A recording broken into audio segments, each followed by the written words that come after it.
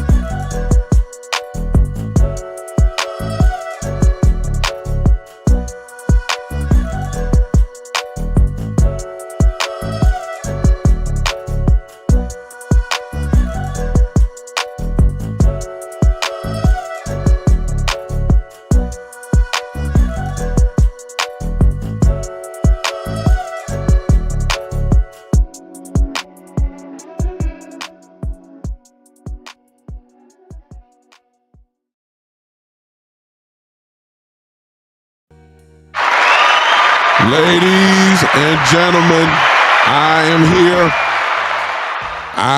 am here. What's going on, everybody, tonight? Welcome once again to the one and the only. This is, y'all know what it is. It's the Big Time Show. I am in rehab. Yeah, y'all come on in. Y'all come on in and share. I know y'all laughing already. It is what's going on. It is what it is. I'm back. It's Monday night. It's 7 o'clock or a little bit after 7, which means, of course, it is time for the Big Time Show. As you already know by now, and I'm sharing, I hope that you would, you already know that the Dallas Cowboys are the gift that keeps on giving. It is no doubt for podcasters. If you are a Dallas Cowboy podcaster, the show never ends. It never ends. There's always something to talk about because the Cowboys make sure that there is content available for you to talk about.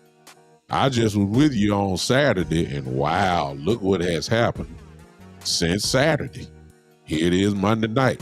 I'm almost scared to see, my goodness, I may have to come on probably a little bit later this week with more breaking news, because I got a feeling that something is getting ready to go down, and we'll talk about that in a few more minutes because of what happened just in these couple of days that we are, having right now. But I appreciate everybody so far that is popping on. I hope you guys will share. Right now we're live on Facebook. We're live on Instagram. We're live on YouTube at the Big Time Show page, of course. We're live on Twitch and Twitter.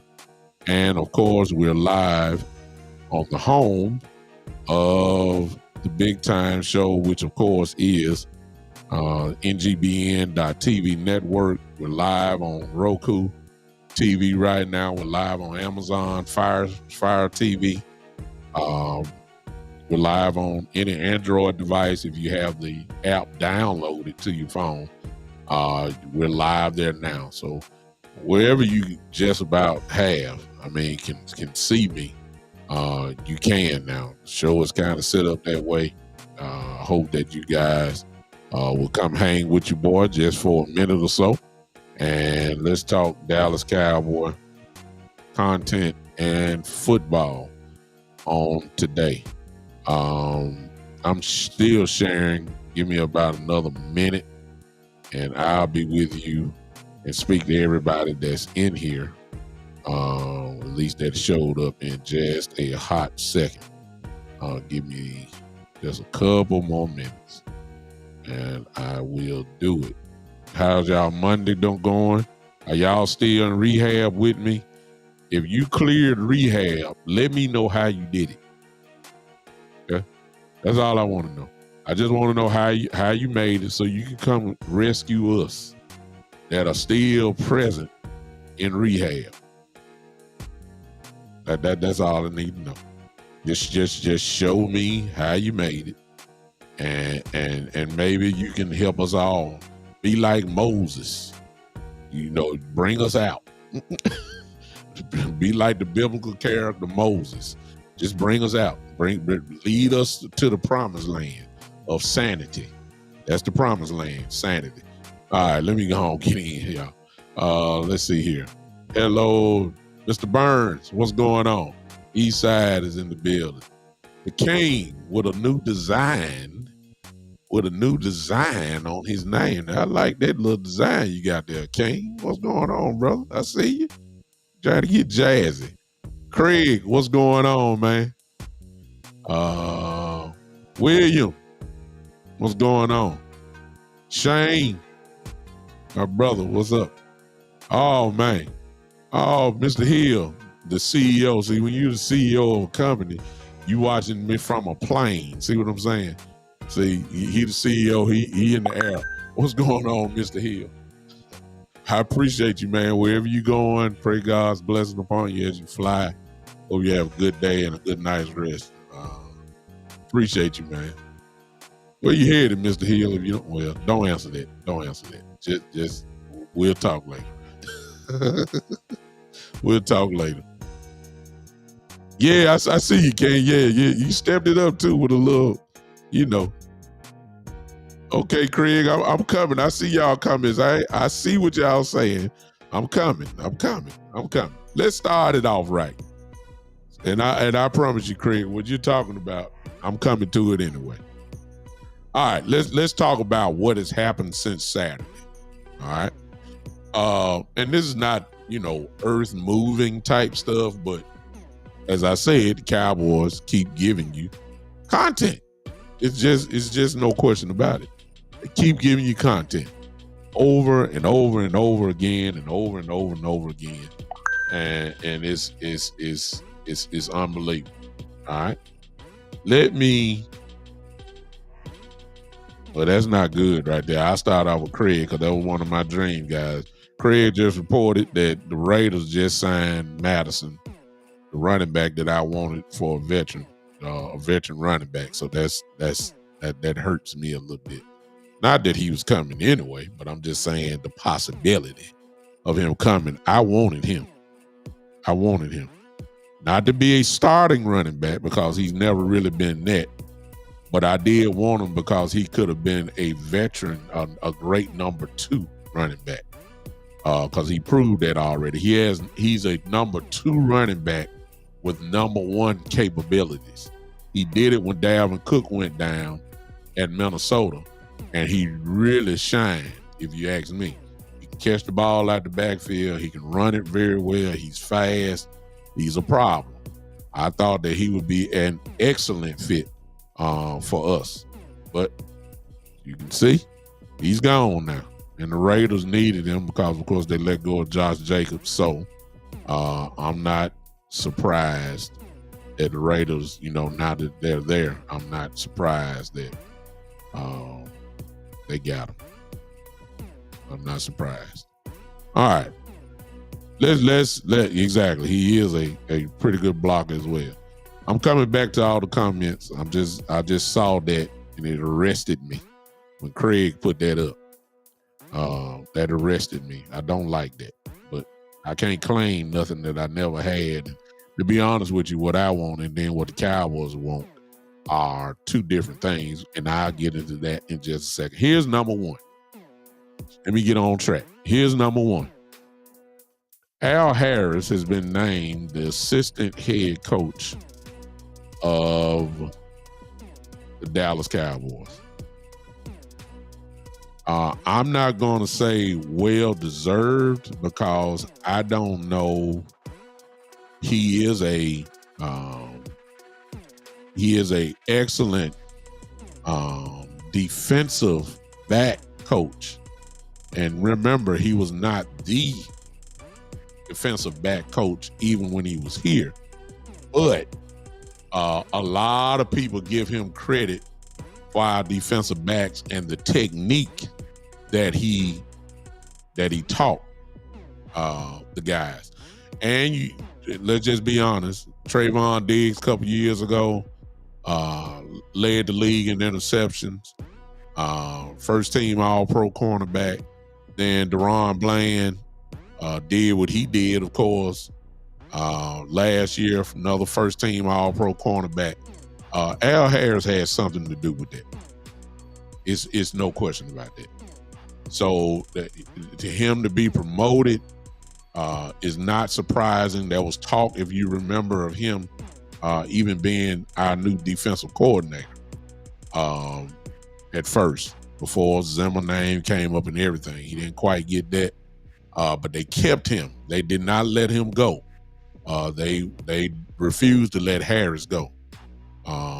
And now it looks like his reward for staying is now that he's assistant head coach. So let's get it right. Mike Zimmer is the defensive coordinator. Mike McCarthy is the head coach. And Al Harris, I guess, would fall in line as the number 2 man now in the organization as far as coaches goes. They don't have 2 or 3 unless Zimmer got that title too, but I don't think McCarthy ever had that. This would be the first time that I've heard of an assistant head coach. Even Dan Quinn was the assumed other coach. He didn't have that title. So I don't remember the Cowboys ever having I do remember something similar when Wade Phillips was the head coach and Jason Garrett was I forgot the title. I don't think he named him a successor, but he named him the coach in waiting or something like that.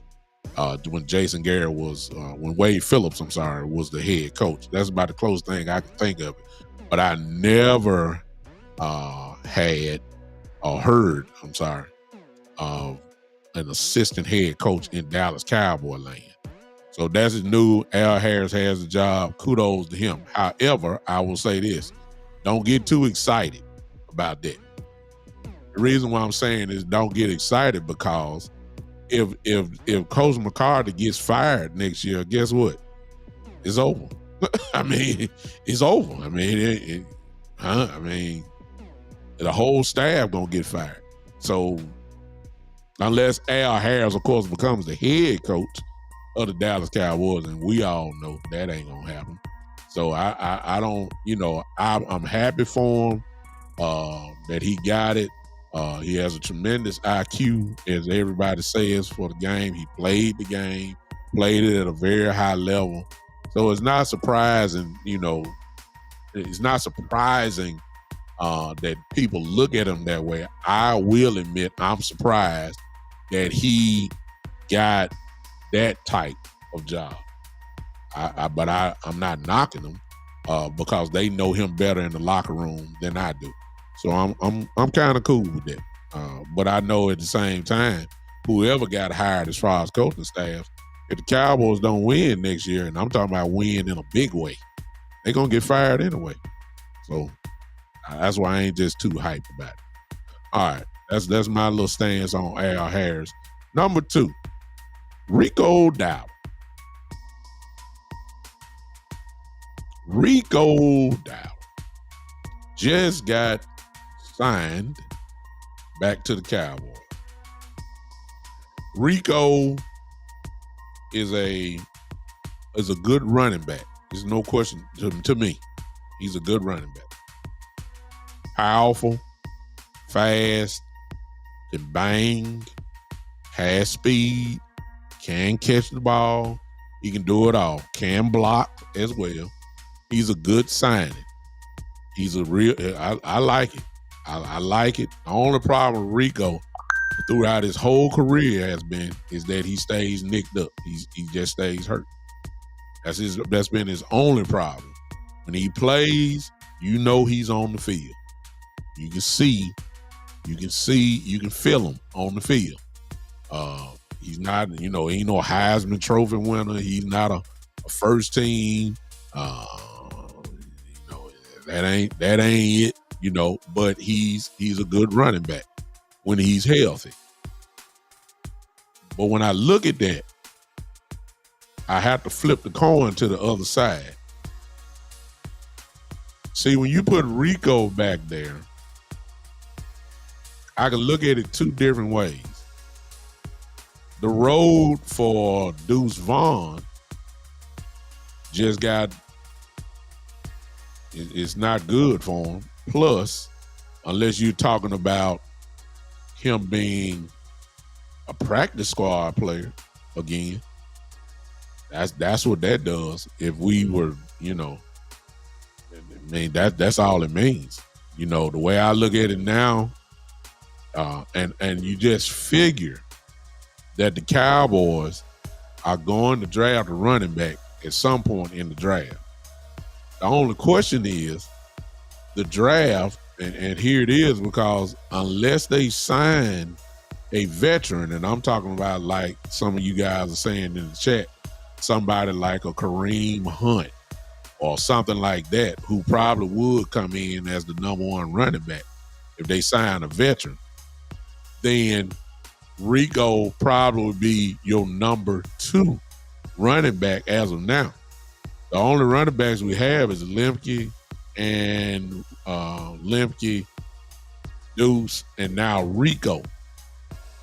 Those are the three running backs right now. If you had to pick a starter right now, it would be Rico. Your number two would probably be Deuce. That's the only thing we have on the roster now. And then Lemke, of course, is our fullback, so you really don't really count him as, the way that I look at it. So I'm saying that I really believe that, obviously, exactly, that, and if that's all you bring to the table, we ain't got no running game. So it's going to be, even if you bring in a veteran like a Kareem Hunt or whoever else you want to talk about, then it's going to be, as King just said, it's going to be a running back by committee, which is okay. It's okay just as long as you run it, which is going to be the question for me. Because the way I'm thinking about it is Dak going to throw it 40, 45 times a game, regardless. With a running back by committee, it's just the way that it is.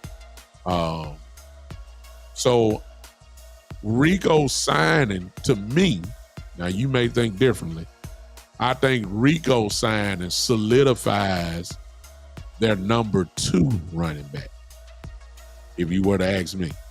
I think that Rico, because that's what he was last year, I think Rico solidifies your number two running back.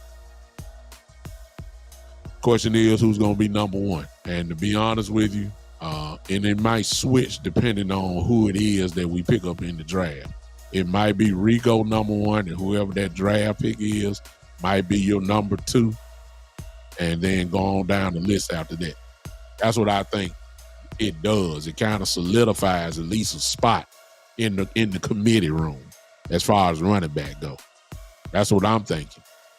But I think that you got to draft because Rico stays hurt. You see what I'm saying? So I just can see more than one running back. I can see a veteran. I can see all of this coming to fact. I believe they're gonna get at least two more running backs coming up. I ain't talking about don't necessarily have to be the draft. One of them will be from the draft. But I also believe there's a good possibility that we might even sign two veterans. I just believe it. See, Deuce is going back to the practice squad. He is. Now he gonna shine just like he did last year in preseason game. Deuce will then. He'll shine then. But as far as being second string running back, nah, not Deuce. Might be the third. Dennis, I forgot about Malik Davis, but they so messed up about Malik. They regulate him to the, even though they shouldn't. They regulate him to the practice squad. He never dresses hardly, and if he dresses, he don't get in the game. They don't give him the ball. So I don't even count Malik at all. I'm not saying it's Malik. I think Malik is just, in the doghouse, to be honest with you. I think he is.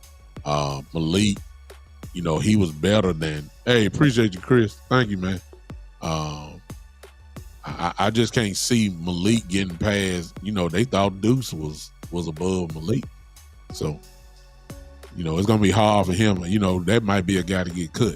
And the draft will kind of let us know how that's going to be. If they draft 2 running backs or, sign 2 more veterans or whatever, some of them guys ain't going to make the team. The ones on the bottom, Malik, possibility of Deuce, whoever that other guy that somebody just called out. It's another guy that, Snoop Connor. No. See, some of these guys ain't going to never see the field. But you will see them in preseason because, remember, they only do 1 cut, and that's at the end of preseason. So that's a camp body as far as I'm concerned. Those guys are camp bodies because a lot of these guys are not going to even play in the preseason. They ain't taking no chance of them getting hurt. I mean, when you look at the Cowboys, all these guys that's coming off injuries, they ain't playing the preseason. The Trayvon Diggs, those guys are not going to play. Dak Prescott obviously is not going to play. CeeDee Lamb probably not going to play. These guys didn't play in the preseason. They ain't going to play. So they need all these camp bodies. We'll see these guys like Dennis said, Malik Davis, Snoop Connor, Hunter Lemke, these guys. They will play in the preseason. They'll get a chance to show to make the team. And also keep in mind, a lot of these guys that you call out as running back, remember, if you're just a running back, but you can't play special teams, you're not going to make the team. I'm serious. You're gonna play special. If you're going to make the team, you're going to have to be a utility running back, and you're going to have to play special teams. So out of the names that y'all calling out, can they play special teams? And it ain't Deuce on kickoff.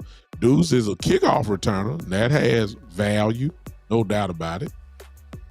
But as far as on kickoff team going down there and tackle somebody, that's not Deuce. Malik Davis has been played on kickoff before. I don't know nothing about Snoop Connor. See what I'm saying? Hunter is not fast enough to be talking about playing Lemke. Hunter Lemke is not fast enough to be talking about, playing kickoff. That ain't it. He can play punt on the punt team or the punt return team. He can do that. So I'm saying you got to have some more value when you're at the bottom of the list of the running back room. So that ought to answer some of your questions there on who gonna make the team, to be honest with you. The draft is gonna be interesting, to see how they respond as far as running backs goes. That's what's gonna tell the tale. I really believe, thinking like the Cowboys, see, they're not gonna sign Rico unless they believe that he solidifies a spot. Again, I really believe that signing Rico again solidifies the number 2 spot. I believe that. With depending on who they draft, it very well may be, a number 1 spot until the number 2 finally take over. And that could be the rookie or whatever. It's just going to be interesting to see who the Cowboys go get, in the draft as far as running back goes. That'll tell everything. I think we're not going to have that answer until the draft, who our real number 1 running back going to be. Or, of course, a free agent. But I don't know. Yeah. I think Rico does our number 2 spot well. He did it well last year when he was on the field. So I don't know. I think that's I don't see why he would lose his spot as the number 2 running back unless he's going to number 1. And I don't think you really can do that with Rico at all. Just going to be interesting. East side, who's number 1 spot? I think that remains to be seen. That remains to be seen. It's just like I said, I just, if you were listening, East side, I just said, I don't know who the number 1 going to be. I have no clue. I know who number 2 is, at least my view. It is what it is. All right, let me move on and keep going because I already know what's going to catch the most heat. Everybody, if you don't mind, I didn't do this last show and we kind of suffered a little bit. I need everybody that's on Facebook and YouTube. I want you to hit that like button for me. Everybody, and you can do it very quickly. Give me about 15 because it's going to be quick. All you got to do is do this. I just did 15 right there. Just hit that like button for me. If you're on YouTube, hit that heart button for me. Give me about 15. Everybody that's here, give me about 15 of them if you don't mind. If you don't mind. Just hit that and help your boy out. When we do that, just in case you don't know, it sends it to the algorithm that, hey, Cowboy content on. Y'all might want to go check out this guy and listen to what he's saying and join and all that kind of stuff. So I would appreciate that. Trying to grow the show more and more. Hope that you guys will help your boy out on that. What's up, Cool? I got the Eagle fans in here. What's up, Cool? That's my brother there. Cool. What's going on, man? He one of the Eagle fans that got sense. See, I can talk to him. I even share the show with him because he got sense. I appreciate you, Joe. Thank you so much. Hey, Cool, while I got you here, count me in for the other, your thing. If you're still doing that show, count me in. I ain't gonna leave your hand, stranded like that. I'm the baddest cowboy, one of the baddest cowboy guys in the game. So, you want the best, ladies and gentlemen. You want the best. I am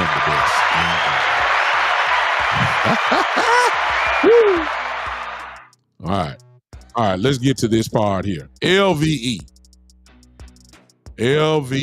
did what most of us said he should have done 2 years ago. And that is retire. See, once your neck, I got you, Cool. Once you get a neck injury and you start having it cut on,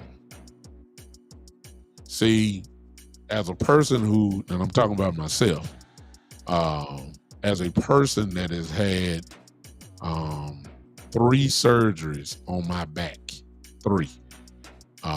I had, the bulging disc thing where it got kind of snapped away or whatever, the disc, bulging disc, herniated or whatever, slight herniation. Had that done, continue to have some more back problems to the point where I had my spine is fused. Now I had the fusion surgery and then still had some problems. And now I have a permanent stimulator inside of my back where I can stimulate it and all that type of stuff. So the problem when you have surgeries in one spot, here's what the problem is. The last time we saw this was the great Peyton Manning. Do y'all remember how Peyton ended? He couldn't throw the ball no more. Peyton beat you with his mind. It wasn't his arm because he could barely throw the ball. It wasn't going nowhere. He had nerve irritation in his arm, from his neck. Couldn't really do anything. He just beat you with his mind. Know how to do that, and that's how good he was. He won a Super Bowl like that. His mind did it. Had a great running game, but I'm saying Peyton could beat you and set you up just with his mind, and he went on. When you have surgeries like that, The thing that people forgetting, and the reason why I know because I live with it because of my back surgeries, is that every time you have surgery, you develop scar tissue in the spots where you had your surgery. Okay. I had 3 back surgeries. That means, and you can't, the only time there's no such thing as, hey, well, let's just have a surgery to clean out the scar tissue. The scar tissue is thick, it grows, and even when you have a multiple surgery in a certain spot, it grows even worse or even more, more. So you can imagine what my back looks like as far as scar tissue goes. 3 surgeries. Now let's look at LVE. Multiple surgeries in his neck. Scar tissue sits on some of those nerve endings where you have constant irritation in the neck because you can't go in and just clean it out because you might have temporary relief, but at some point the scar tissue is going to grow right back and even more. So you can imagine what this young man is going through to the point where he probably has pain even moving his neck from side to side. I mean, he can't, it's not like debilitating type pain where it knocks him off his feet. But if you're doing this and you feel something, the last thing your body needs is to put on a football helmet, and the position that he plays, it requires your neck going to work because you hitting people. The man had to retire before he paralyzed himself. He had to retire. God bless him for the years that he had. He got to live out his dream. I'm quite sure he wanted to be a football player. He realized his dream. He made money. He was a first-team All-Pro in his rookie year. He was a Pro Bowl player twice. He's not a Hall of Fame linebacker, nothing like that. He was effective, but because of his injuries, we lost a lot of time with him. But hey, God bless him. He gets to walk away, as best as he can. He gets to walk away without being in a wheelchair. You never know what, as the years go by, you don't know if it's going to get worse or not. He's a young dude. You know what I'm saying? I'm quite sure he's going to continue to work out. Who knows? His neck may get stronger, but as far as because of the position that he plays, on this type of level, what other choice did he have? He had to retire. And I really believe there was a chance for him to play. He kind of built that way. We all know it. He would have tried to play. So, all I can do is give him hand claps. Coming from Boise State, he had a good career. He had a good career. He did. Had a good career. It's a shame that injuries took him out like this. You'll get no negative from me, from him. The injury slowed him down, no question. But you only get one neck in life, one. And the human body, as my late uncle used to say, the human body has no spare parts. You get one neck, just one. And once it started going down like that, Peyton Manning, as I said before, was another prime example of what we saw when the neck is damaged. It took away his arm strength, everything else. Linebacker is the exact last position you want to play with a neck injury. It's not it's not a good place. So I applaud LVE. Who knows? He might be a coach one day. He knows the game. He knows how to play linebacker. He might very well, he was a quarterback of the defense, knows how to line people up.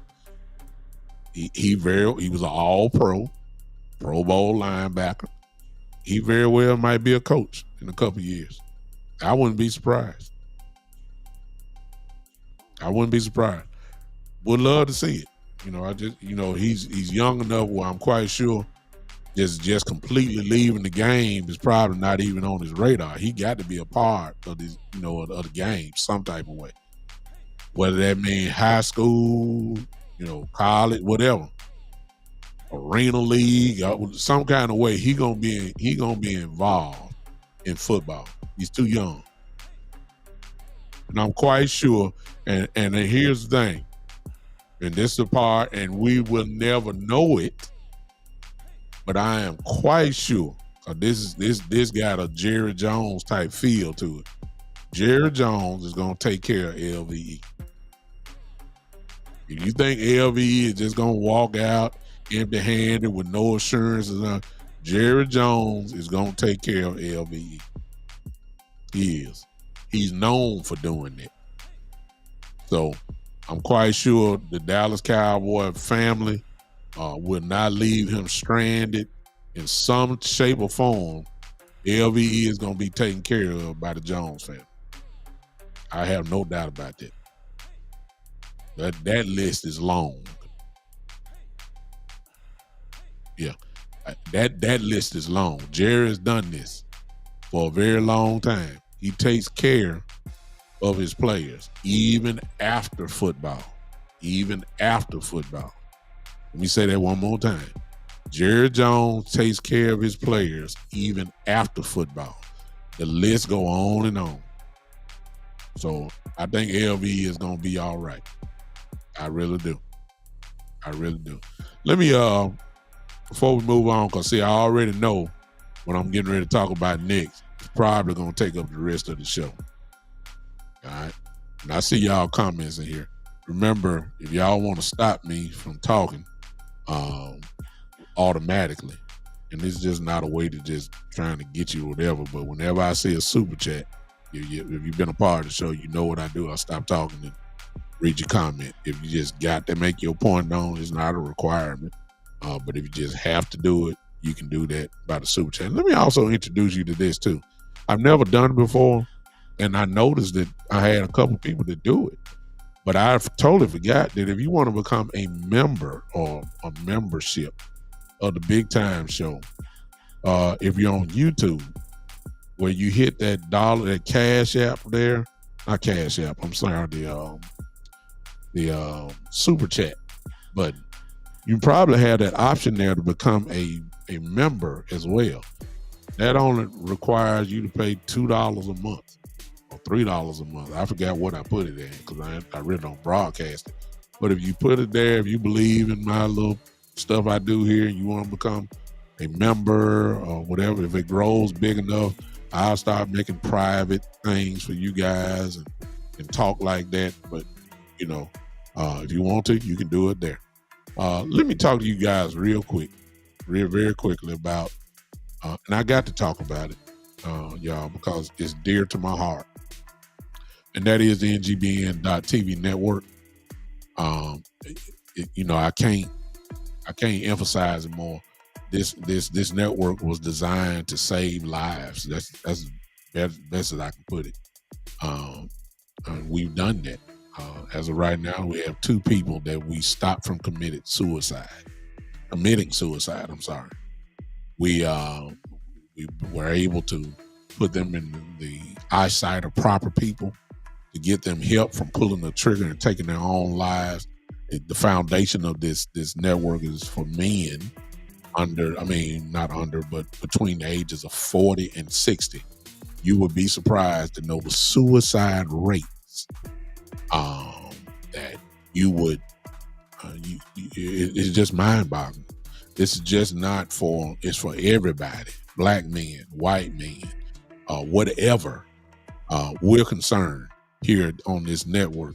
And so what Ian Hill, who was in the chat earlier, who's the CEO and the founder of it, all right, he designed this network, and we got at least, I believe, 48 people in the network, and there's all variety of shows, sports, motivation, inspiration, which I have another show, which is Seeking Clear Thoughts, where y'all know I'm an assistant pastor here in Memphis, the inspiration side, and you ought to join that. I'll just go to Seeking Clear Thoughts on YouTube and just join the show. Just go do that, and you can catch me on that one as well. But we just not sports; it's everything. You'll find something there. If we could just become an outlet for people, if we could just take their mind off the stress and all that, then we've done our job. And like I said before, you never know through your shows, even this show, entertainment. That's what I think I am slightly as an entertainer. You'll be surprised. It is. So I appreciate that. Let me show you this, and then we'll come back, and then we'll really get to the nitty gritty, because I know y'all gonna act a fool when y'all see that. Here you go. 1 week after launching our exclusive sneak peek, NGBN TV was live for 3 days of continuous coverage from Super Bowl 58 in Las Vegas. NGBN TV is live from Las Vegas for Super Bowl 58. The one-of-a-kind streaming TV network for men in their 40s, 50s, and 60s was the conversation for the big game about men's mental health. And the world of athletes, celebrities, and influencers were on notice. But we're just getting started with new partnerships announced, like the Team Nike 3-on-3 Championship, and new platforms available to download the NGBN TV app. So, what are you waiting for? Download the app today from your favorite streaming device, or check us out at ngbn.tv. This is NGBN TV.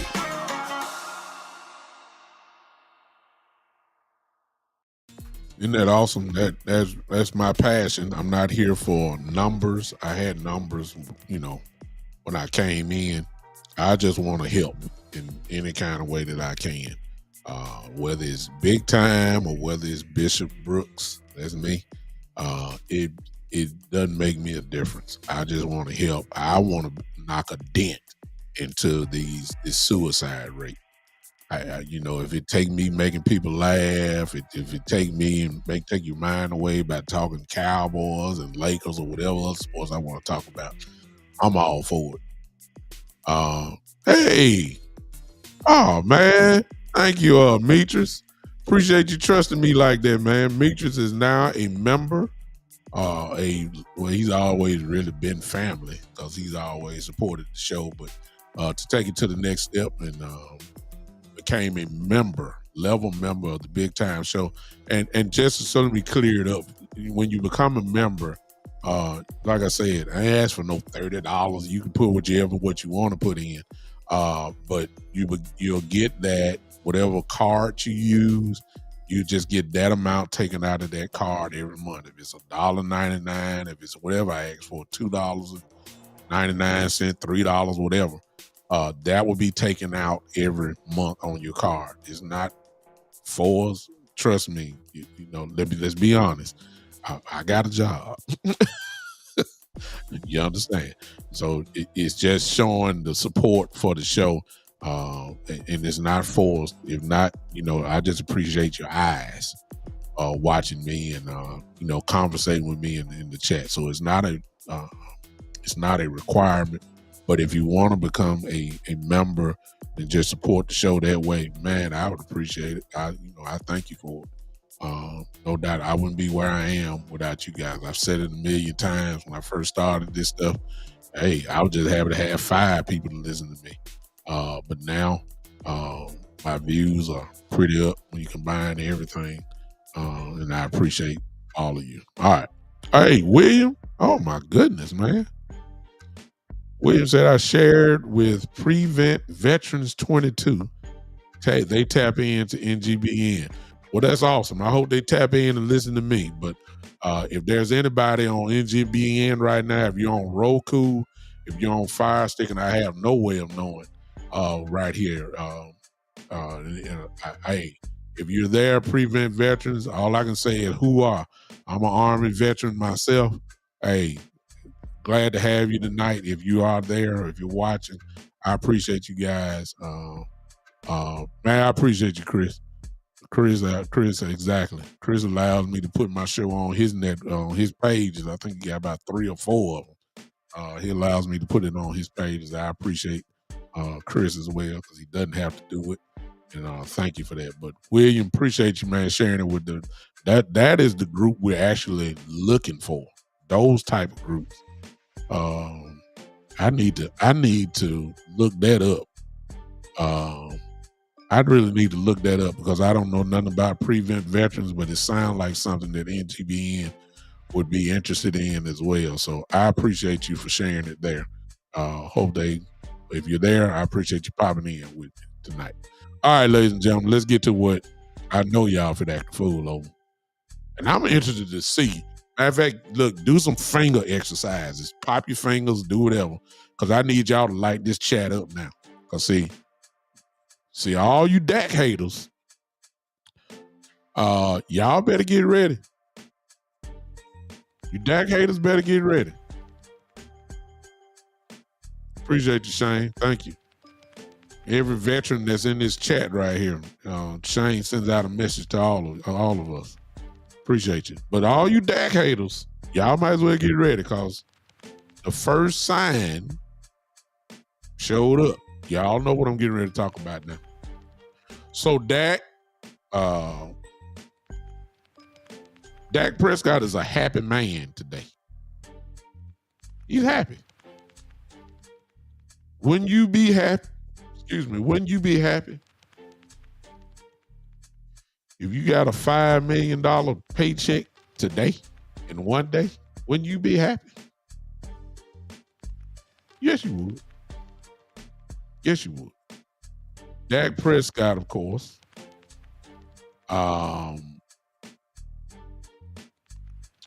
They work together. They work together. And according to Michael Gilkey, who reports for the Cowboys, says, well, should I show y'all this? Because y'all show y'all this. I'll just show you. For those that don't know, see, I forgot. I got to keep in mind that everybody don't, watch or have the news on. So let me put it up so you guys can see. Let's see here. Yeah, I think y'all can see that. I think you can. But if you can't, I'll bring it up a little bit more. I think that's going to do it. All right. There it is. Cowboys and Dak Prescott are off to a strong start in contract talks, demonstrating collaborative ability to help team manage finances. Prescott willing to add 2 void years, leading to $4 million in 2024 cap savings. Good sign for capacity to achieve extension. I'm going to say it again. For all you Dak haters that for some reason believe that Dak Prescott will not be a Cowboy, you probably need to just put it on mute because it's getting ready to happen. It is. It's getting ready to happen. Dak Prescott just gave him not major, $4 or $5 million ain't really nothing on the salary cap. Really can't do nothing to it, but it gave the Cowboys some money. Dak, of course, has the ability to say, no, don't void nothing out. He did. To add a little bit more money on it. Dak Prescott is getting ready to get paid, y'all. It is getting ready to happen. So we might as well get ready. And they converted that money into a signing bonus. So for those that are not aware, whenever you convert money into a signing bonus, that means when you sign that part, well, you don't have to really sign it. They can play with the contract. In order to make it work, you have to sign it over to a signing bonus, which means that person gets that money right then and there. So Dak Prescott today just got $5 million or $4 million. I'm sorry. Not a bad day, isn't it? Huh? Not a bad day, right? Not a bad day. He got it. So based off that and based off of that, you see that they're working together. Common sense ought to tell you that he's getting ready. I don't know exactly what time. I don't know exactly at what time now, but he's getting ready to sign the contract. Hey, hello to everybody that's on Instagram. I'm sorry I'm just not getting to you. But hello to those that joined in and to those that are live with me right now. I appreciate you popping in on me. Thank you so much. Y'all might as well get ready. I know y'all want to restart. Some of y'all, I know some of y'all got a problem and all that kind of stuff. I get it. But you might as well get ready. It's about to happen. The only question that I have for Dak is the same question I had for Saturday. How long will how many years will be on this contract? That'll tell a lot as well. Williams said Dallas just gave him $4 million signing bonus for his new baby. Yeah. However you want to call it. William, we finna do a poll. And thank you, William, because William has just taken over the Big Time Show. I need everybody to answer this. Because Dak got over him because he had a no trade clause in his contract. In this particular extension that's going to happen, do y'all think that Dak should keep a no trade clause on this one? Everybody put in your answer on there that's here. This ought to be interesting. See, a no trade clause gives Dak total control to me, And that's why I'm saying the years. I got two questions. Craig says no. No trade clause. Coach Breedlove, I ain't know you was in here, Coach. Coach, hey, Quack, I see you, brother. He says no trade clause. So he wants to keep it there. Major says yes. Chris says, I really do. Joe says no trade clause. Jacob says no. Robert King says no. Dang, I thought I was gonna have some more trade clause in here. Okay, everybody got that part. So I'm just gonna let it be. Me,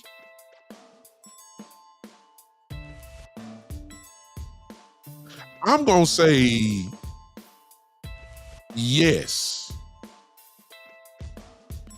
And the reason why I'm gonna say that is because, and it's all depending on how many years he signs for.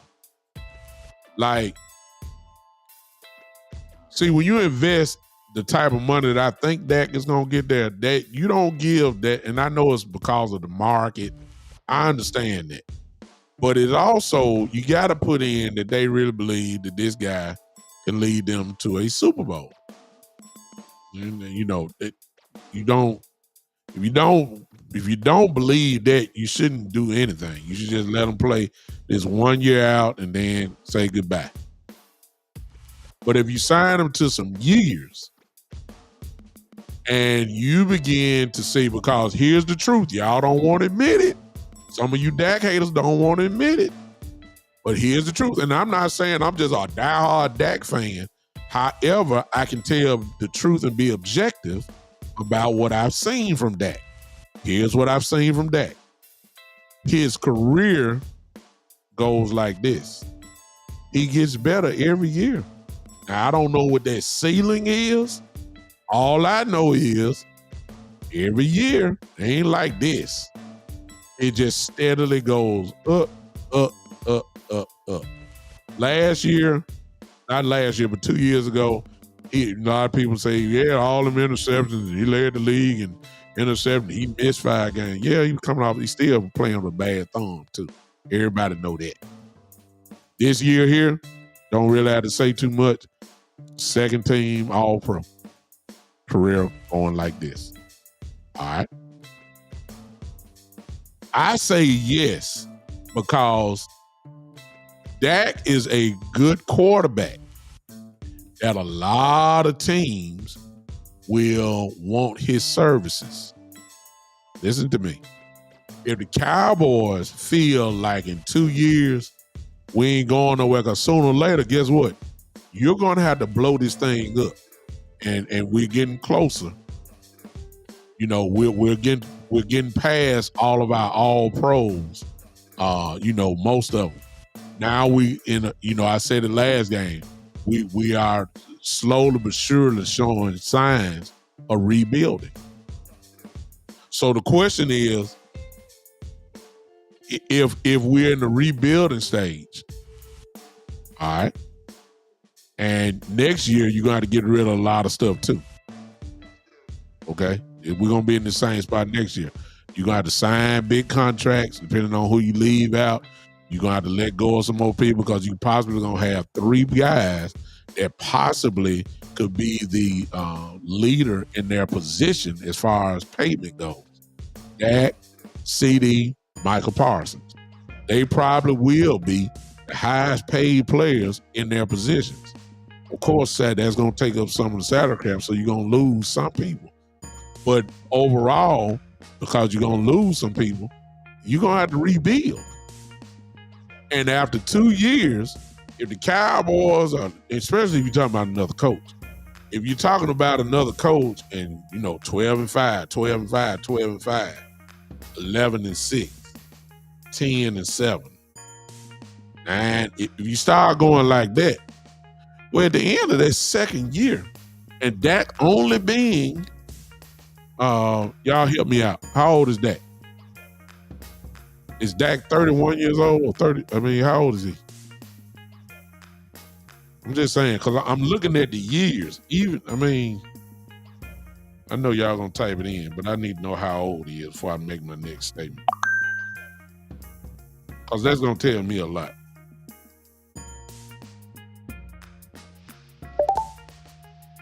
$30 years old. Okay, right here. All right, look at this.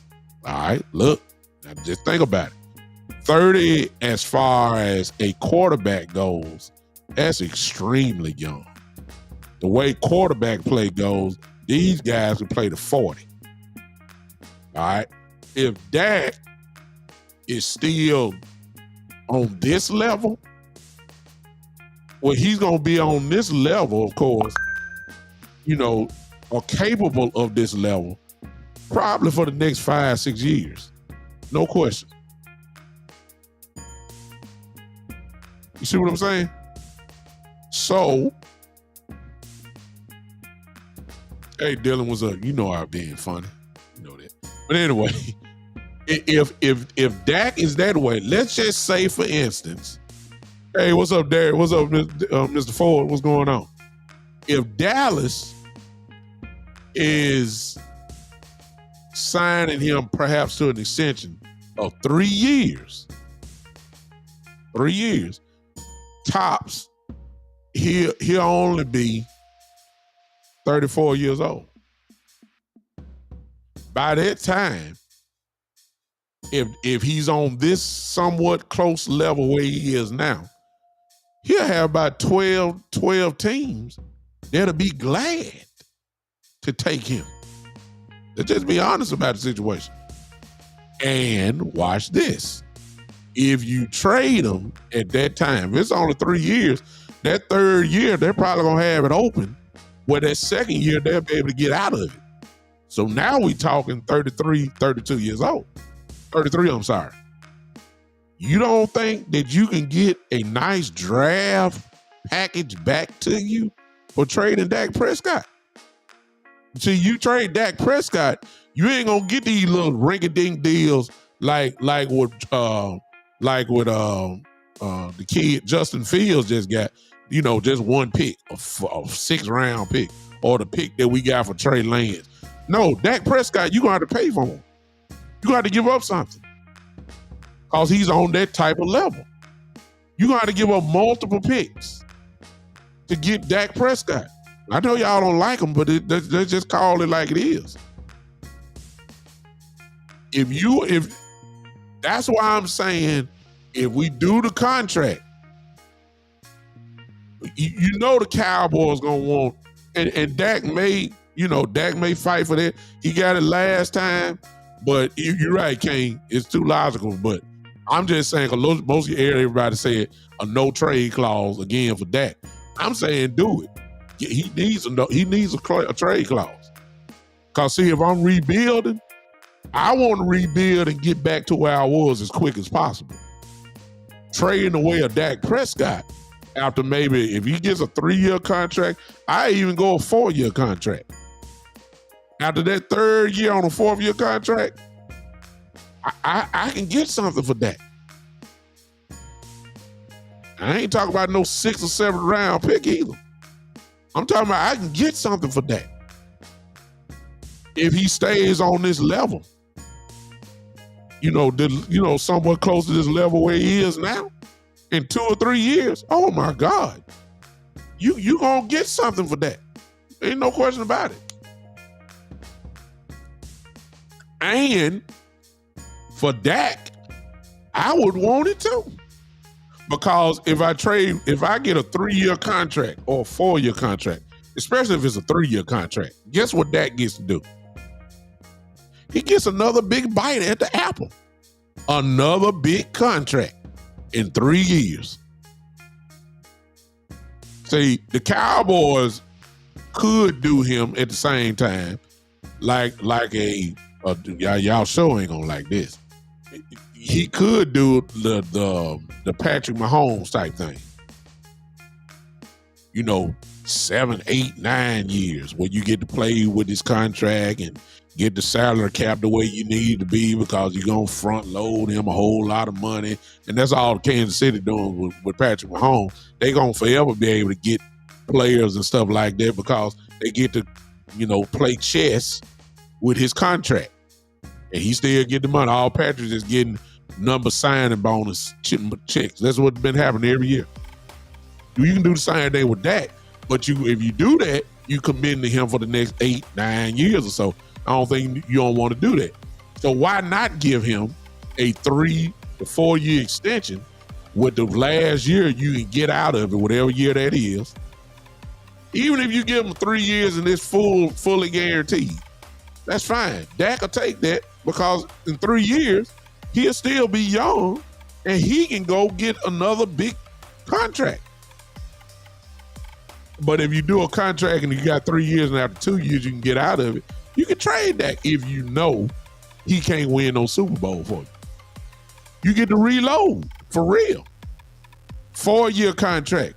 After 3 years, you can get out, trade him. Guess what? You're going to get a whole lot for that. You see what I'm saying? Dak will come with a package. Dak will demand a package. It may not be a 1st round pick. I doubt that. But you dang near sure can get a couple 3rds. You might even get a 2nd. Depending on where he is at that stage of his career. You might get a 2nd round pick plus some more in that draft. If not, get some more picks for the next year's draft. He gonna come with a package. There's no doubt about that. You can reload. That's why I say right now, I ain't gonna side with the Jones family a lot. But in this case, I will side with the Jones family. I got to have a trade clause. I give you some more money, but you got to give me that trade clause. You got to give it to me. Because, see, I done had you as my starting quarterback for 8 years. Your track record speaks for itself. If we feel like you can't get us there, it won't be his last big contract, Joe, if it's only a short one. Even if he stays with Dallas after a 3-year contract and Dallas gives him some more money, it ain't gonna be no cheap money now. No, sir. Oh no. That extension would be huge. You got to keep in mind of 2 things now. Let's look at the technicalities, y'all. So y'all forgetting 2 things. Number 1, the TV money. Number 2, most importantly, because of the betting. because of all the betting. That why you think the salary cap went up an extra $20 million for every team? Because the NFL making so much money per year, the salary cap goes up. The money, it won't be his last. No, sir. Can you imagine what the betting will do for this? Taylor Swift, by herself, according to the analytics and the stats, brought the NFL just by her sitting in that press box, just by her smiling and jumping up and down like she a cheerleader. She drew in another audience that would never watch football and generated $336 million to the NFL. All that counts. That was by, hey Darren, what's going on? That was just by her by herself, not counting the betting money, not counting the TV money. Oh, no, sir. That will not be his last big contract. Can you imagine what the salary cap is going to be in about another 3 years? Oh, my God. The betting just started. You got all these, DraftKings, ESPN Bet, all these different spots where you can bet money now. And you're still adding states to it. Everybody's not legal yet. I think it's 41 states. I may be wrong on that. 40. It's definitely over 40. We ain't got to 52 states yet. What you think gonna happen when every state is legalized gambling? Oh my God. No, it won't be his last one. No, sir.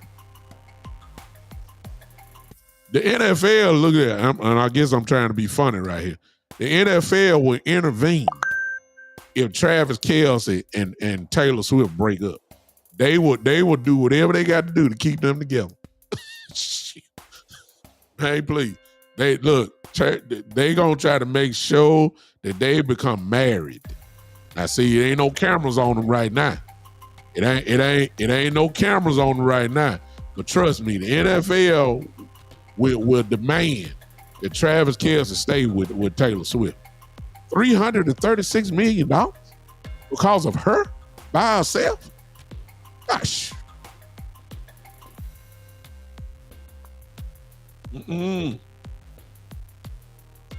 Huh?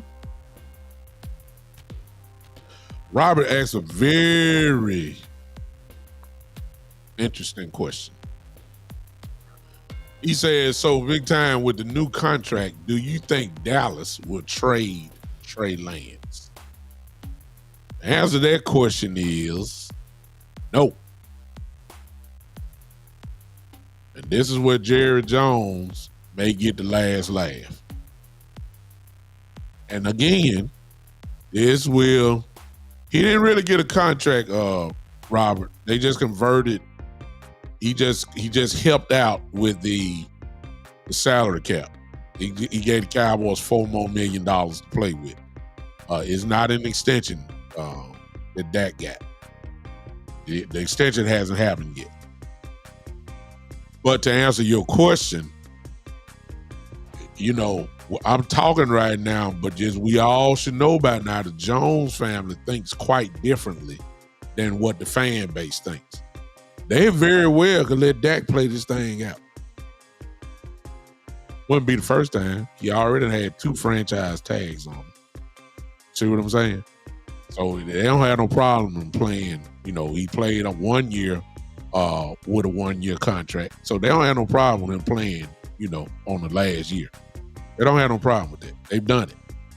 I'm not, I wouldn't be, I'm not saying it just, I wouldn't be surprised. And if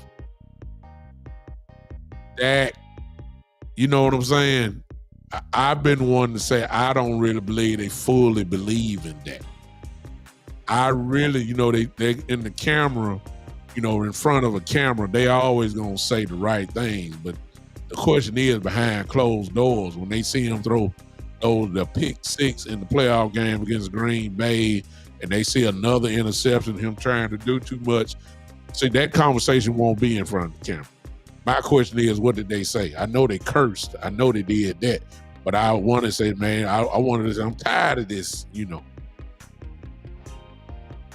He can't, he don't play like this, like he do in the regular season. I'm wondering, do they say that behind closed doors? When it's just Jerry and Steven. Not Jerry, Steven, Will McClay, and a look. No.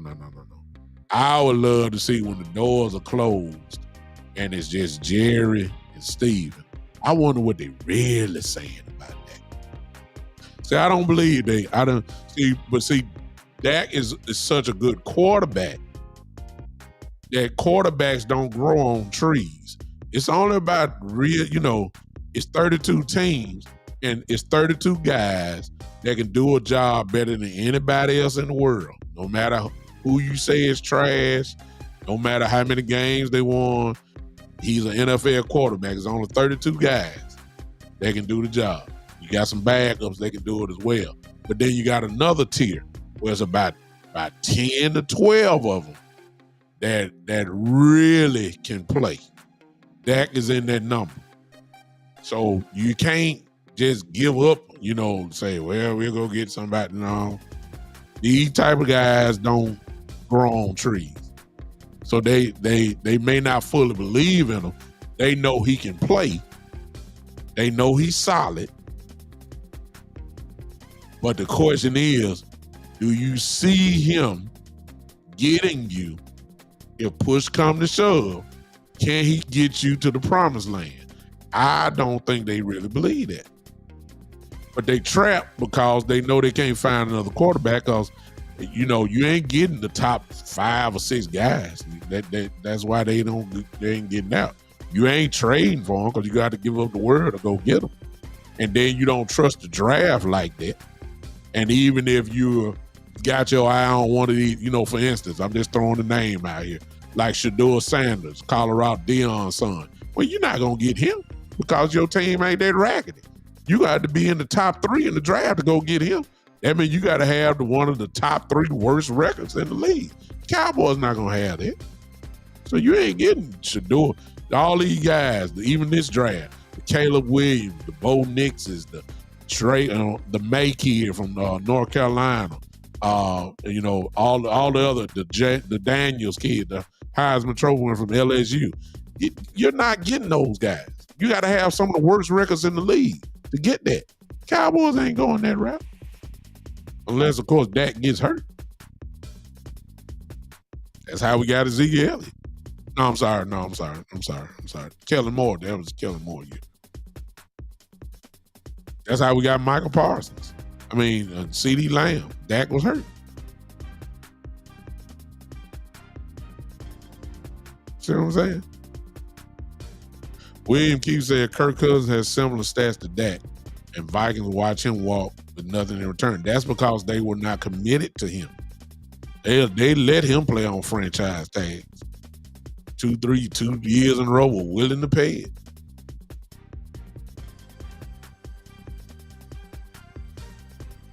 Coach Breedlove says, why is Quinn isn't questioned about his decision, but Dak is vilified for his? The defense stops no one in the playoffs.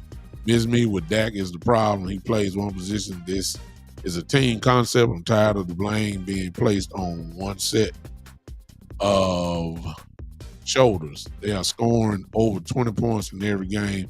Then he says no, Cousins does not. I agree with Coach on that as well, but I'm the national media formed that opinion about that, and I believe that they kind of lean in on that as well. You know, it's really always been that way. I've always used this coach as an example. The year when Atlanta blowed the Super Bowl to New England, the world gave Tom Brady all the credit. Brady did it again. Down 28-3. Brady did it again. Brady, he's got to be the greatest quarterback of all time. He brought them all the way back. Brady did it. They rode the coattails of Tom Brady. Brady brought them back. He He put the entire organization on his back. But see, nobody gave the defense credit for holding Atlanta to nothing. They gave up 28 points, then locked their tails down, didn't score nothing. That's how Brady was able to come back to win, because the defense shut them down. Yes, Brady had a part of it, but good Lord. That defense locked them up, but nobody says that, because they give the quarterback all the credit. Whenever the Patriots won, Brady did it again. Brady did it.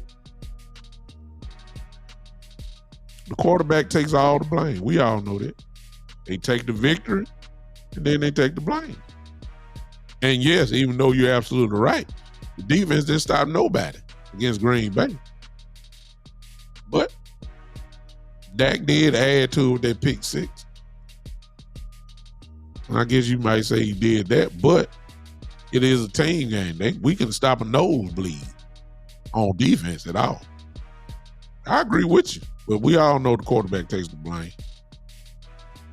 And they take the victory too. It's always been that way. Always will be.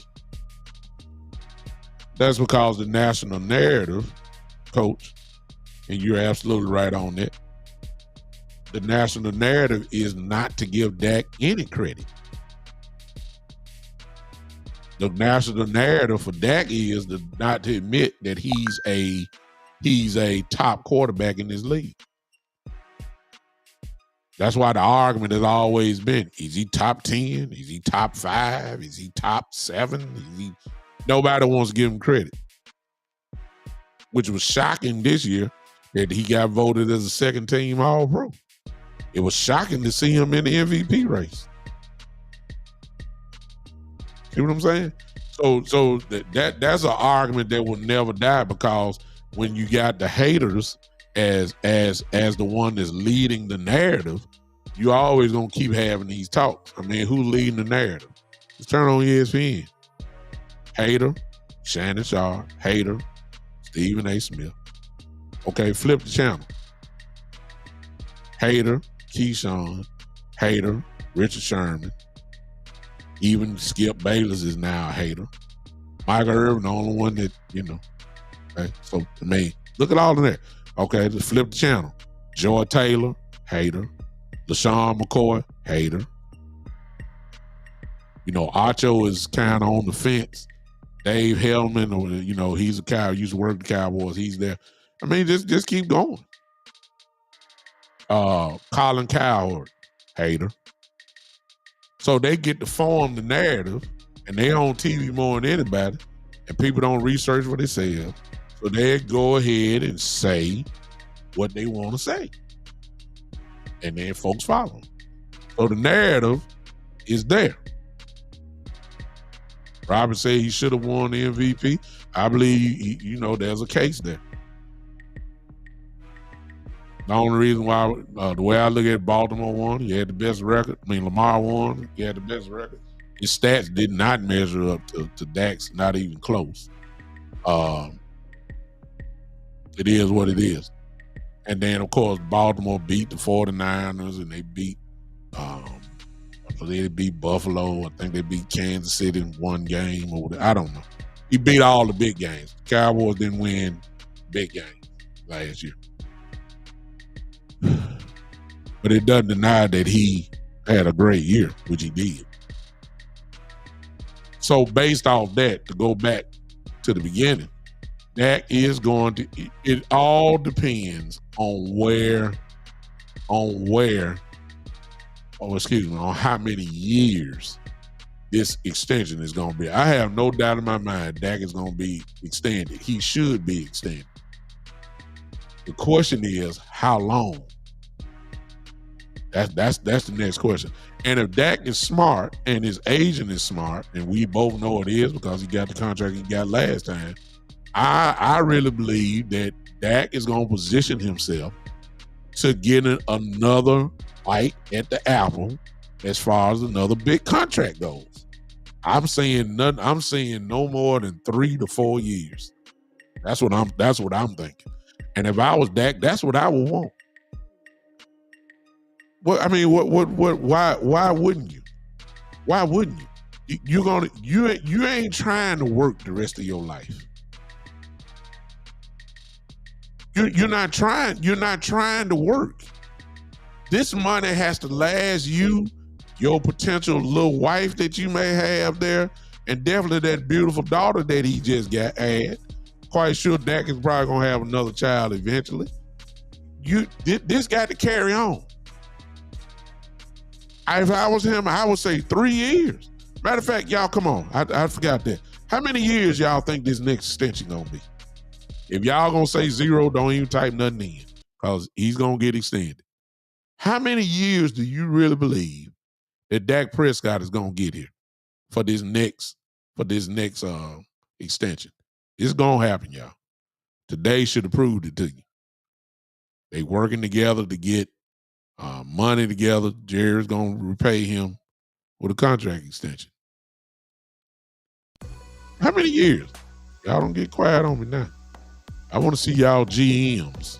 What y'all got to say? What y'all got to say? Hey, hello to those that's on Twitter. I don't know who all there, but y'all ain't talking to me on Twitter. But I need to see somebody. Whoever's on Twitter, say something to me. I need to speak to you. All right, William said 4 with 2 voided. Ooh, that's. I don't think 2 voided. I believe 1, William, but I don't think Dak would go with that one. But I see what you're trying to do, though, William. You think you slick, William. I see what you're trying to do. You trying to J.R. Ewing this thing. I see you, William. I like the way William thinking, man. I like that. I like that, William. You think you slick, too. You don't get no 2 voided. You know, sir, I don't see that. But I like what you're trying to do there. Joe says 3 years. Daryl says 3 to 4. King says 3. Everybody else, come on. Ooh, Greg. My. So you're trying to give him, Greg, you're trying to give him 60 a year. All of it guaranteed.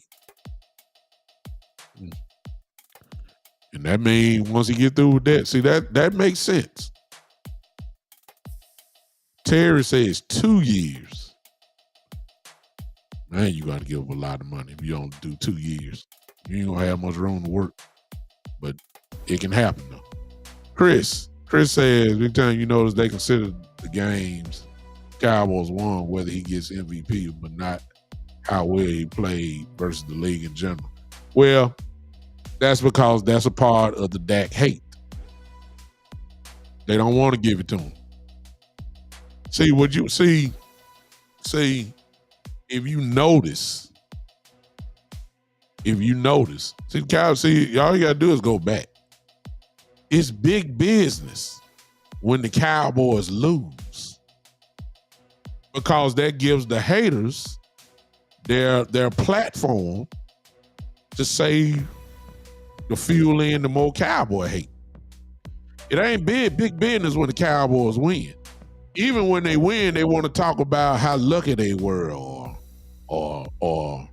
they'll say, man, like they said last year. Y'all remember this? Remember how they used to say this? They used to say, when the Cowboys get all the turnovers and you get behind that 8 ball and you look up at the score and you down 25 already in the second quarter, then you know you're in trouble. But what happens? What happens when the Cowboys are in a close game? See, you don't want to give credit to what they did. You want to play the what if game because you don't want to give them credit. See, when the Cowboys lose, then it's like the sky done fell in. Oh, the Cowboys lost to the Arizona Cardinals. Oh, my God, they got ran over. Oh, my God, the 49ers beat their brains out. We know they're not serious. They did a whole show. Or when the Cowboys lose. When the Cowboys win. When the Cowboys lose, it starts off the A block of the show. In other words, that's the first thing you talk about. When the Cowboys win, it's the B block. See what I'm saying? See? That's how they do us. Craig said, "Do you think Dak should have won MVP?"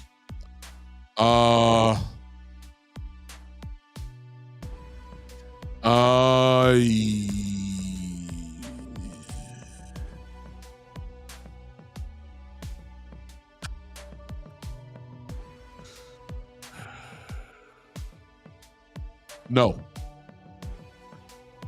To be honest with you, I really believe that Christian McCaffrey should have won the MVP. I think Dak should have been ahead of Lamar Jackson, though. I think Dak probably got where what he deserved. I think Christian McCaffrey should have been the MVP last year, and I think Dak should have been second. And I think, a case, as crazy as it may sound, no, Lamar should have been third. I was just about to say Josh Allen because he did get hot. He did. He did get hot. I give Josh credit. No.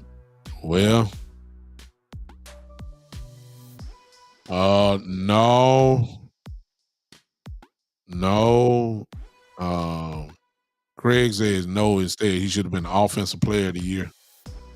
Not over. The MVP is pretty much a quarterback's award. That's just what it is. I don't think he should have been Offensive Player of the Year as far as that goes. I think McCaffrey was just that guy. A case could be made he should have been both Offensive Player of the Year and the MVP of the league. Seriously. He was just, McCaffrey was that good last year. I think Dak was, as far as MVP race goes, Joe said Lamar deserves the MVP. I mean, it's a good case. Best record, Lamar put stats up. They weren't better than Dak's, but, the element that Lamar does, of course, than anybody is run the ball. So, of course, when you add that element in, he's such a dynamic playmaker that, it helped that Baltimore had the best record in the league. So that always counts. That's what happened with Baltimore. They had the best record. His stats did not compare to Dak's. It is what it is. Chris says, I want some control of how my offense is built. 5 years with a no trade clause just because the Jones family dirty. I don't think he would get that though. I mean, 5 years. Yeah. I just think Dak gonna want another bite at the apple, man, as far as the contract goes. I just really believe it. If I was him, I would do that. I really would. And if you want to throw the no trade clause, that's fine. But to get more money, I would even say, I'll give you the trade clause, but I got to have these 2 years. I want 3 years or 4 years. You can have that after the third year, you can trade me. Or if I got a 3-year contract after 2 years, you can trade me. Because it only benefits both sides. If you trade him after 2 years and he got a 3-year contract extension, it's going to benefit him because wherever he goes, they're going to do an extension themselves. And then as the organization goes, if you trade him, you're going to get a nice trade package for Dak after 2 years. You will. I think there's a win both sides. 5 years, I don't know. That might be a little bit too rich for me, Chris. I see the advantage of it. Hey, see Darren Johnson in the building. What's going on? He said Dak didn't win it because he lost to all the big name teams. Lamar beat them. I said that earlier. I agree. That's the reason why Dak didn't win it. Even though we won 12 games. His MVP got lost in those 5 losses. I mean, it is. I really believe it.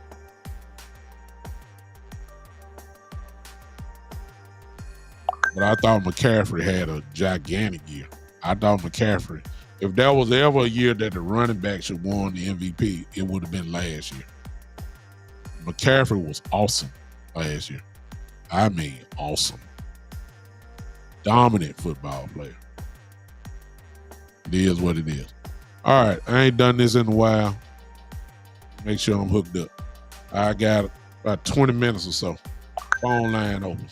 901-654.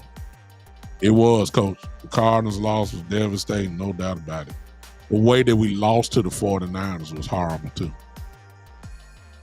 That was horrible. That hurt him. Especially when the expectation was it was going to be a gigantic, big game against the 49ers and to lay an egg like that, or the team lay an egg like that. That hurt.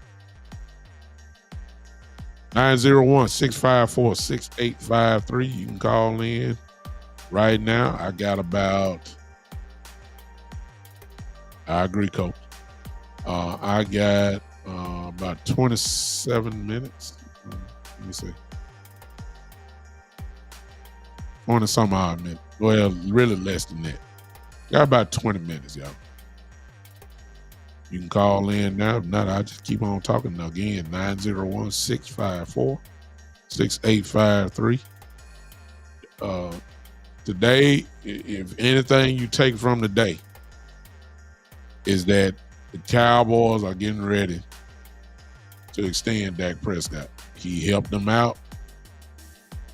You know, it's going to be what most everybody figured anyway, that he's going to get extended. The only question I have, again, is how long? The money is not the issue. The money is not. Y'all going to be mad if he gets $60 million and all that. Y'all going to be mad now. I already know it. Call from Terry Turner. To accept, press 1. To send a voice. All right, I got my brother on the line, the one and only. Terry Turner, what's going on, man? Good evening, sir. Good evening. Yes, sir. It's time to bring your mind in, Saints. Bring your minds in. All right? It's time to go in ahead and sprinkle some truth on this Dak Prescott crap. Okay. Now, it's time to let's go back to the Bible. Let's go back to the book. Let's go to the book. Do it the biblical way. Now, the Old Testament and the New Testament, I'm going to show you. Old Testament say if a man go forth and plant a field and it don't show a profit in 4 years, what you supposed to do? Tune it down and plant again. Now, in the New Testament, the book of Luke, chapter 13, verse 6 through 9, go read it for yourself. It's in red. I think it might mean a little something. Might be important, but it's in red. And it say these 3 years with this field, this business, we have tried, and we can cut it down.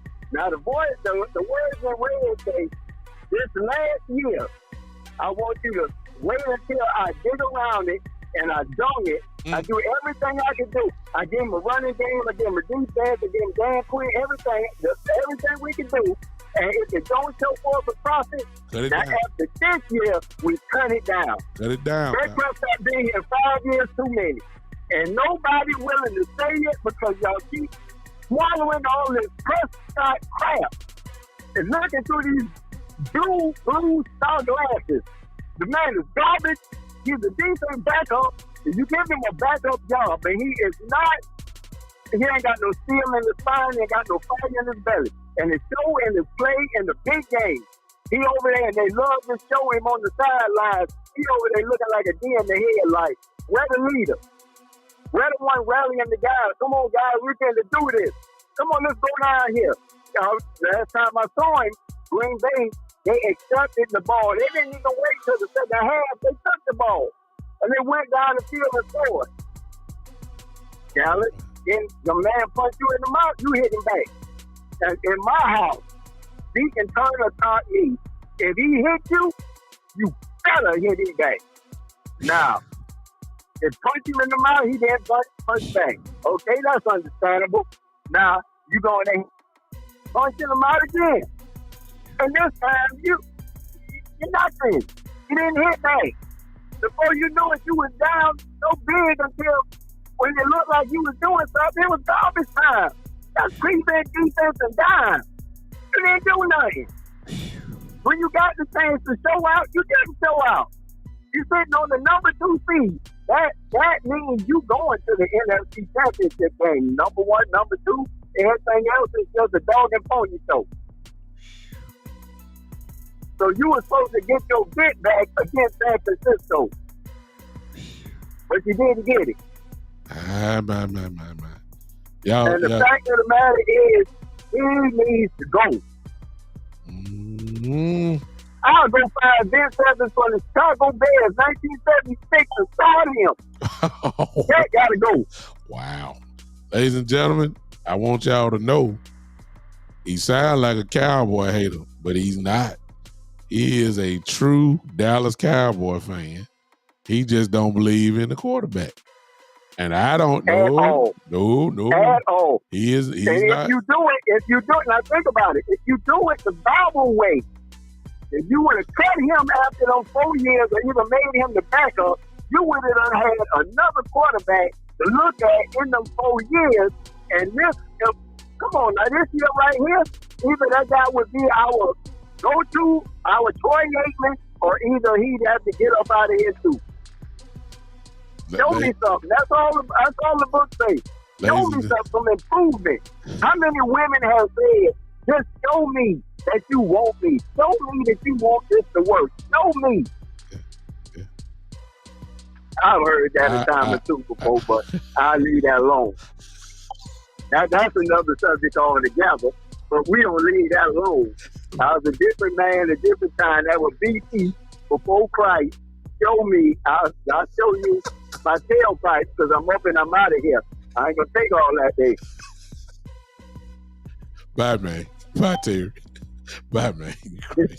I love you. All right, bro. Bye. All right.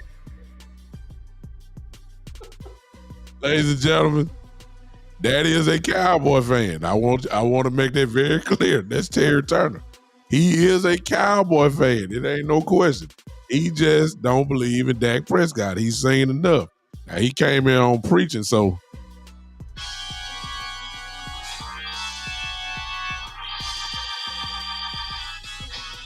I thought he was gonna tune up on us right then, because he look. See, everybody, you a Cowboy fan. That's what I say about the Cowboy fan base. It's the truth. Hey, Rubio, I see you in the building, man. You got Cowboy fans who don't like the quarterback, just like Terry. Then you got the fan base that love the quarterback. There's no middle ground when it comes to Dak Prescott. There's no middle ground. Now, the part that I would not agree with him on is him being a backup. Dak Prescott is not a backup quarterback. He's a starting quarterback. No question about it. If we was to go around and name off every team and say, could Dak be the quarterback there? I guarantee you is more than half of the NFL where you'll say yes. He will be the starter there. So I can't agree with him on that. But at the same time, there's a 7 to 8 year resume that just can't be ignored. And even though it's not a one-man job, this is not golf, this is not tennis, it is a team factor. Dak did not lose a lot of games. As I said all last year, when we win, we won spectacularly. We blow people out, or we won at the end a couple times. And then I said when we lose spectacularly. Getting blown away by Arizona, getting our brains beat out by San Francisco. You see what I'm saying? Those that we lose spectacularly. We lost spectacularly in the playoffs. Just got the same thing. Just like laid a complete egg. Hardly no middle ground. All that was not Dak Prescott. All that was not Dak Prescott. So I don't want to make it seem like it's on him. So I don't quite agree with that. I'm coming from the standpoint of a contract, I guess, extension, and it only makes sense business-wise for the Cowboys to make it happen, that they would do that for Dak, because it will free them up with money. You're going to have to sign somebody. You need money. You need money for the draft picks coming up, just along with that. You do need to sign some of your players back. You got to free up the money. It just makes sense. It will give tremendous salary cap relief if you extend Dak. It's the obvious move. The only question is, again, how long? How many years? I don't think it's just common sense to restructure his deal or to give him the extension. It's just common sense. That's where a bulk of your money will come. Not doing it hurts you. You count $59 million on your cap this year. Well, with the extension now, it knocks it down to, I think, about 55. I'm sorry. So $55 million now. It's still a good, a big hit. You need to restructure the deal. It's common sense. Of course, there's other players that you can do and get tremendous relief. You can restructure the Trayvon Diggs deal, give great relief. You can go ahead and extend CeeDee Lamb. It'll give plenty of money. And if you really want to hit the home run, you really gonna do Michael Parsons now. It'll give tremendous relief. Don't necessarily have to be that, but that's from terms of keeping your quarterback. That's usually the way that it goes. But as we done said so many times before, the Jones family thinks quite differently than what the fan base thinks. Just common sense. It's just common sense. So, but I really believe today was a sign that it's getting ready to happen, that they're going to extend him, especially since they converted his money over and gave him a nice $5 million check today that he got. It's already in his bank and all that kind of stuff. I mean, come on now.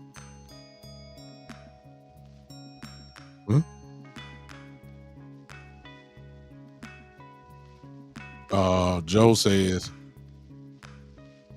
just look what Jerry Jones is doing. He's giving everyone 1-year deals because he's not sure if McCarthy will come back after this year. Why would you give Dak an extension if you're not sure McCarthy will be there? Because you're going to give your coach a fighting chance with a good quarterback. Same way Mike McCarthy inherited Dak Prescott after Jason Garrett. It was the same thing. Jason Garrett was on 1 year, knew he had to do something after all these mediocre 8 and 8 years. He had to do something. Mike McCarthy was on the sideline waiting in. And, he said, I would love to work with Dak Prescott. So Jerry, of course, he wasn't going nowhere anyway, but Jerry gave him a quarterback to work with. You got to have a quarterback in the league when you come in. So whoever the next coach will be, will have a quarterback. Players make the plays. You got a quarterback that will give you at least 33 touchdowns every year if he's healthy. He's going to give you 4,300 yards a year. He's going to be a Pro Bowl type quarterback every year. That's what his resume says. Can't win without a quarterback now. So that's whoever the next coach is will inherit him. Now, you want to draft one? Let me go back to Trey Lance because I didn't clear that up. I forgot about that. Trey Lance is interesting. Trey Lance is interesting because they already signed him to a deal. And the only reason why it's interesting that if the Cowboys have already made up their mind that they're not going to extend Dak Prescott, but then they already got their next quarterback in Trey Lance. They'll let Dak walk after this year if they're not going to extend him. Trey Lance signed a 2-year deal, if I'm not mistaken.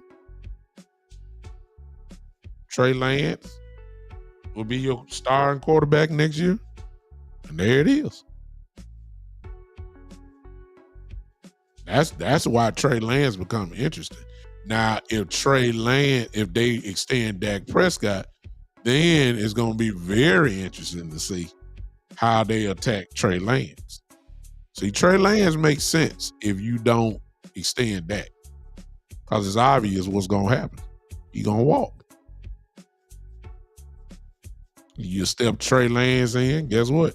He don't cost a lot of money. You get to build around him.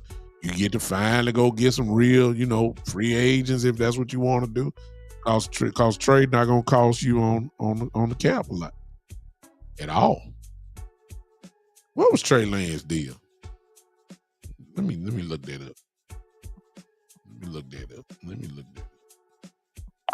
Cause see, that's a wild card there. That is a real wild card.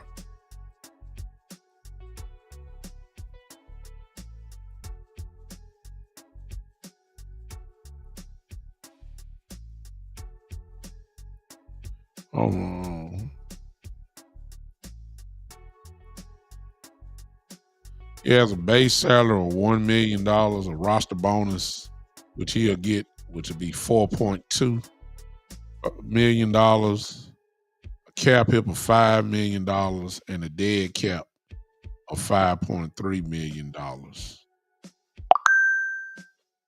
So, and he's still under his rookie contract.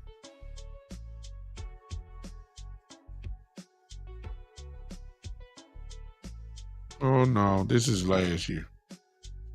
It's 2024. So he's not signed through 2025. So this is Trey's last year too.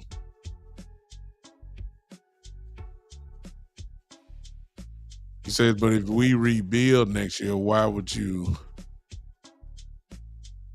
waste Dak's career with all rookies? Well, you won't have all rookies.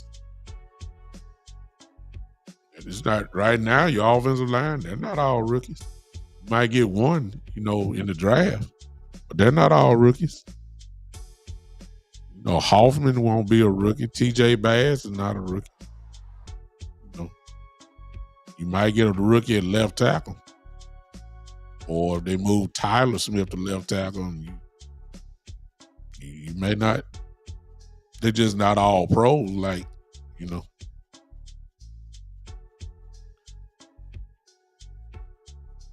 I don't know. It just all depends. I thought they had signed Trey Lance to 2 years, but he only got 1 year. So you got two quarterbacks on, as of right now, 1 year deals. Trey probably will not get another contract. I don't think he would.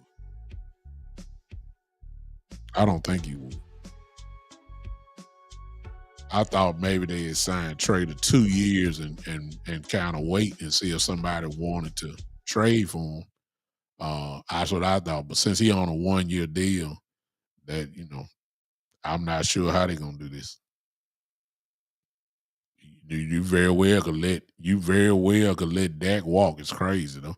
You very well could let Dak walk and then sign Trey, and you ain't gonna sign him to nothing huge.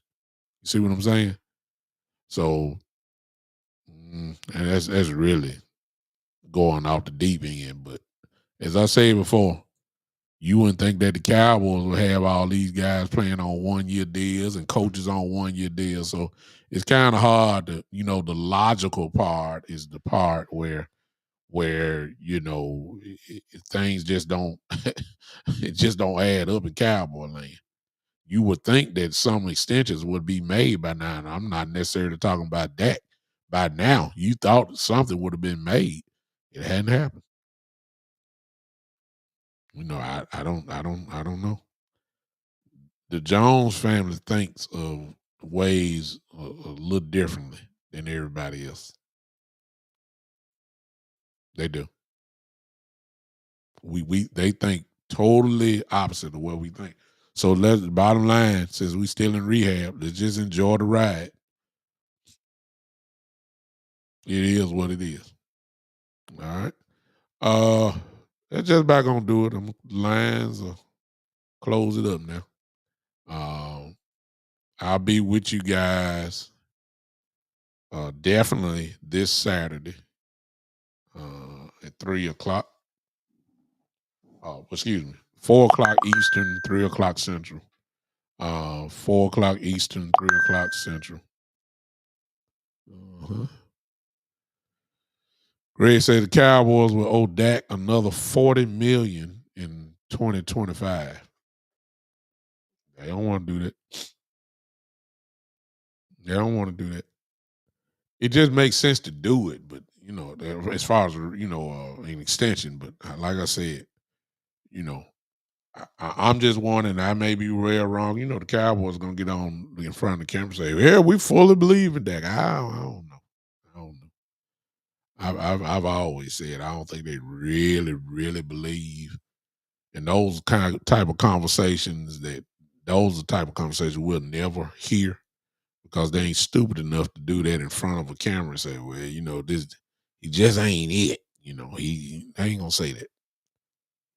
They'll be professional and say, "Hey, Dak is a great leader, and hey, he's our captain, and Dak has won a lot of football games." And that's the type of stuff they'll say, but they ain't gonna tell you what they really think. They ain't gonna tell you that. All right, Saturday, 4 p.m. Eastern, 3:00 Central. Come on, hang with me again. If something goes down, of course, which I would not be surprised if it did, I will be with you guys, no doubt, right then. No doubt. Yeah, whatever. Chris said, like Mike said, he wanted to run the ball. No, he ain't gonna run the ball. Dak Prescott is gonna throw the ball. I can already tell you now. Dak Prescott is gonna throw for another 4,500 yards. He probably gonna have another 35 touchdown year. Because the running back by committee, they're gonna run. I mean, they're gonna throw it. They're gonna throw it. I have no doubt in my mind. I don't even want to hear that. If you didn't run it last year with all them all pros, 3 all pros on the line, I don't even want to hear it. I ain't going for that this year at all. At all. All right. Listen, everybody that's here, since we're about to close, everybody hit that like button for me one more time. Give me about 25, everybody. YouTube, go ahead and hit that heart button. Just smash it about 20 times. If somebody's on Twitter or X, go ahead and hit that for me, and you'll just hit that star button for me. All right, go ahead and hit it, and then we're gonna go ahead and close out on this. I appreciate all you guys. You see things are slowly but surely starting to move, and they're small moves, but they're significant, especially what Dak did today. That was significant because it gives you a clue of what's getting ready to go down. All right. I appreciate you guys as always. Like, subscribe to the channel. If you're on YouTube, subscribe to the channel. If you're on Facebook, like the channel. If you're on Twitter, just follow me at Twitter that you're watching me on, for those that are there. Instagram, appreciate you guys popping on. It's almost time for me to go. I didn't see it. It's almost time to go. Yeah, Joe, you've been on every show tonight. I know you about sleeping now over there in Italy. I know you about ready to get on down and go to sleep. I appreciate you. Chris, thank you, man, so much for popping in on me. We're going to go ahead and get down with it. We're in rehab, but we're starting to make it out. Slowly but surely. it is what it is. I guess everybody kind of locked in on the draft now. I know y'all. I know y'all.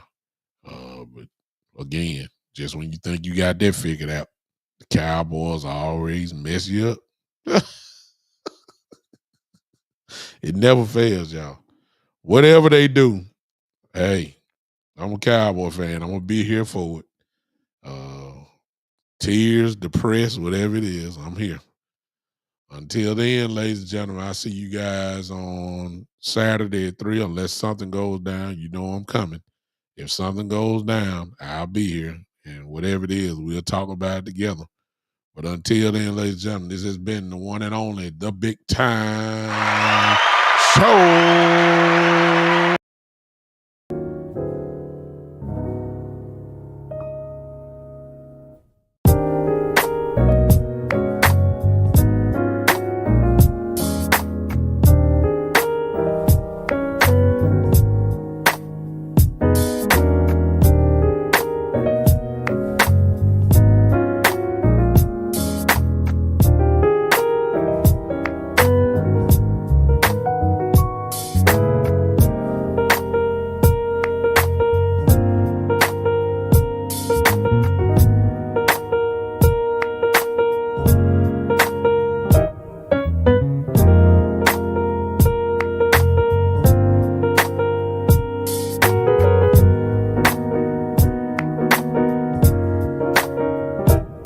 Thank you.